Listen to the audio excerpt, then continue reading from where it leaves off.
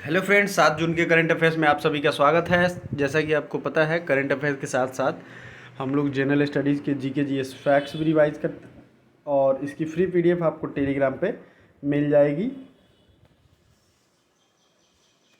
Instagram, Facebook और channel को ज़रूर सब्सक्राइब करिएगा। इंस्टाग्राम फेसबुक का लिंक मैंने इसलिए दिया है कि आपको कोई क्वेरी हो तो आप पूछ सकते हैं। साथ ही साथ आप व्हाट्सएप नंबर, ये जो दोनों है, इस पे भी कोई क्वेरीज होती है तो आप पूछ सकते हैं। और बहुत मेहनत लगती है कंटेंट बनाने में, कोई भी वीडियो बनाने में, पीडीएफ बनाने में, तो प्लीज़ लाइक दिस वीडियो। और पहला क्वेश्चन देखते हैं क्या है आज का। विश्व पर्यावरण दिवस 2021 का मेजबान देश कौन सा है? Which is the host country of world environment day 2021। अब ये वर्ल्ड इन्वायरमेंट डे यानी कि विश्व पर्यावरण दिवस का होस्ट कंट्री का मतलब क्या है? देखिए, जो ये बड़े बड़े इंटरनेशनल डेज होते हैं जो पूरे विश्व में मनाए जाते हैं, इनका कोई ना कोई एक तरीके से प्रचार प्रसार करने का और एक इंटरनेशनल प्लेटफॉर्म एक कंट्री को ढूंढा जाता है। तो इस बार ये पाकिस्तान है। ये याद रखिएगा, ये वीवीआई क्वेश्चन हो सकता है और आपसे पूछा जा सकता है।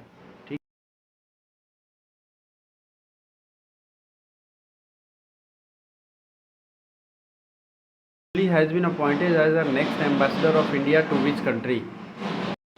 तो ये संजीव कोहली को सर्बिया, जो कि यूरोपियन कंट्री है, सर्बिया का राजदूत बनाया गया है। ठीक है, सर्बियन कंट्री का। आगे बढ़ते हैं। भारतीय रिजर्व बैंक ने भारत की जीडीपी वृद्धि दर में कितने % की वृद्धि का अनुमान लगाया है? अब ये जीडीपी क्या होता है बहुत लोगों के लिए अननोन होगा। इकोनॉमी पढ़ाऊंगा मैं तो उसमें डेफिनेटली बताऊंगा, बट अभी बता देता हूँ कि भारत की सीमा के अंदर जितने भी प्रोडक्शन होते हैं, चाहे वो सर्विस हो चाहे मैन्युफैक्चरिंग हो, उनको टोटल अगर मोटा मोटी मैं बता रहा हूँ, टोटल अगर जोड़ दिया जाए तो उसको ही जीडीपी, ग्रोथ डोमेस्टिक प्रोडक्ट कहते हैं। ग्रॉस डोमेस्टिक प्रोडक्ट इसका फुल फॉर्म होता है। तो भारतीय रिजर्व बैंक ने 9.5% का अनुमान लगाया है। अगला क्वेश्चन है, बिहार सरकार ने इंजीनियरिंग और मेडिकल कॉलेजों में लड़कियों के लिए कितने % आरक्षण की घोषणा की है? Bihar government announced what % of reservation in engineering and medical college for girls. तो ये इन्होंने 33% का रिजर्वेशन देने का घोषणा किया है बिहार सरकार ने। अगला है 5 नंबर क्वेश्चन, सावरकर और contested legacy 1924 to 1966 book author is, मतलब इस पुस्तक को किसने लिखा है? तो ये विक्रम संपत ने लिखा है। ये जो किताब आप देख रहे हैं इसको विक्रम संपत ने लिखा है। कैबिनेट ने खनिज संसाधनों के क्षेत्र में सहयोग के लिए भारत और किस देश के बीच में समझौता ज्ञापन को मंजूरी दी है? तो अब ये देखिए, ये देश है अर्जेंटीना। अर्जेंटीना के और भारत के बीच में एमओयू साइन किया गया, मेमोरेंडम ऑफ अंडरस्टैंडिंग। खनिज संसाधन, जो भी माइंस होते हैं, मिनरल्स होते हैं, उनके क्वेरिंग के लिए या उनके डेवलपमेंट के लिए ये किया गया है भारत और अर्जेंटीना के बीच में। ठीक है, 2 देश हो गए, एक अर्जेंटीना हो गया और एक हो गया सर्बिया, जिसका आज हम लोग चर्चा करेंगे। भारतीय वायुसेना ने के अगले उप प्रमुख यानी वाइस चेयरमैन या vice chief of Indian air force, तो ये बन गए हैं विवेक राम चौधरी। तो इसका राइट आंसर क्या होगा? 7 नंबर का विवेक राम चौधरी। और आपको अभी जवाब देना है chief of the air staff, यानी कि जो एयरफोर्स के चीफ हैं वो कौन है, उनका नाम क्या है, और फुल नेम कोशिश करिएगा लिखने का।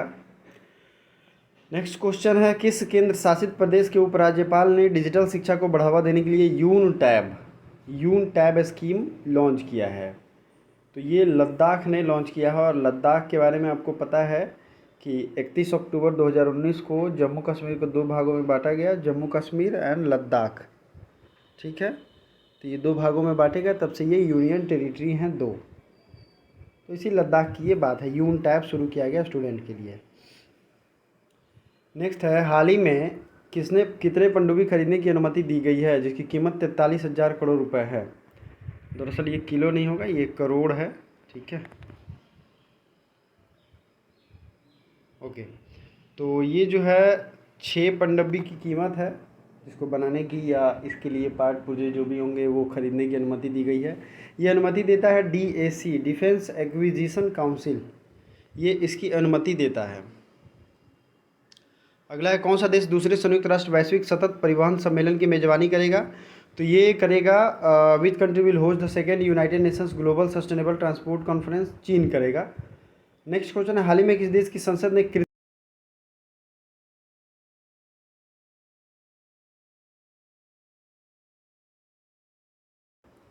नेक्स्ट है आर्टेमिस समझौता जो हाल में न्यूज़ में था, न्यूजीलैंड और किस अंतरिक्ष एजेंसी के बीच में हुआ? आर्टेमिस एग्रीमेंट ये न्यूजीलैंड और नासा के बीच में साइन किया गया है। किस आईआईटी ने नैनो फाइबर आधारित एम्फोटेरिसिन बी ओरल टैबलेट विकसित की है? तो किस आईआईटी ने? तो ये आईआईटी है nano fibre based amphotericin be oral tablet for fungal infection, IIT Hyderabad ने डेवलप किया है। इकोरैप आर्थिक शोध रिपोर्ट ये Ecowrap economic research report publish किया गया है एसबीआई के द्वारा, स्टेट बैंक ऑफ इंडिया के द्वारा। इसका हेडक्वार्टर कहाँ है? इसका भी हेडक्वार्टर मुंबई में है। नेक्स्ट है FIH विश्व रैंकिंग में यानी कि federation of international hockey ranking में किस हॉकी टीम को टॉप का स्थान मिला है? तो ये हॉकी टीम जो सबसे टॉप पे है अभी ये है बेल्जियम। भारत ने किस अभियान के लिए विश्व बैंक के साथ $200 मिलियन के ऋण के लिए समझौता किया है? तो ये ऋण समझौता यानी कि जो डेप्ट एग्रीमेंट है ये राष्ट्रीय पोषण यानी कि नेशनल न्यूट्रिशन मिशन के लिए डेप्ट एग्रीमेंट किया गया है। अब बात करते हैं जिन जिन देशों की आज बात हुई थी उनको हम लोग अच्छे से पढ़ें और रिवाइज करें। और मैं फिर से रिक्वेस्ट करना चाहूँगा, व्हाट्सअप नंबर ये है हमारा और बहुत मेहनत लगती है कंटेंट बनाने में, so please like this video. ये है अर्जेंटीना और ये साउथ अमेरिका का एक कंट्री है, आप देख सकते हैं। साउथ अमेरिका की सबसे बड़ी जो देश है उसका नाम है ब्राज़ील और यहाँ जो घास का मैदान है उसका नाम याद रखिएगा कैंपोस, ठीक है। उसके अगला है सेल्वास, प्लीज़ दो लिख लीजिए क्योंकि मैं चाहता हूँ कि आप नोट भी बनाते चलें। तो कैंपोस और सेल्वास ये दो कंट्री है। ये अर्जेंटीना है, अर्जेंटीना की राजधानी है ब्यूनस आयर्स और पेसो यहाँ की करेंसी है। नेक्स्ट पॉइंट है साउथ अमेरिका के बारे में जो पूछा जाता है, देखिए इसमें 10-12 कंट्री ही हैं, ज़्यादा तो नहीं है, तो सबकी राजधानी एटलीस्ट मैं रिवाइज़ करा देता हूँ। कोलंबिया की राजधानी है बगोटा, इक्वाडोर की राजधानी है क्यूटो, पेरू की राजधानी है लीमा, बोलीविया की राजधानी है लापाज और पैराग्वे की राजधानी है आसुनसियोन। ये बीपीएससी में पूछा भी गया था, पैराग्वे की राजधानी आसुनसियोन और उरुग्वे की राजधानी मोंटेवीडियो। वीडियो को पहले मोंटे लगा दीजिए, मोंटी का वीडियो, ये उरुग्वे की राजधानी है। एग्ज़ाम में ये पूछे जाते हैं इसलिए आपके लिए ज़रूरी है। और अभी जो भी एग्ज़ाम हो रहे हैं उसमें मैप बेस्ड क्वेश्चन पूछे जा रहे हैं, तो अगर आप मैप डेली देख रहे हो तो आपका वो क्वेश्चन नहीं छूटेगा। और ये डेली प्रैक्टिस की चीज़ है, एक दिन में आप महारथी नहीं बन सकते हो, ठीक है। So next point is Brazil. Brazil की राजधानी है ब्रासिलिया और आपको पता होगा ब्रिक्स जो कंट्री है उसमें ब्राज़ील ही है, बी फॉर ब्राज़ील। और इसकी जो है ब्राज़ील की करेंसी आपको कमेंट करनी है, ब्राज़ील की करेंसी, कई बार मैंने बताया है,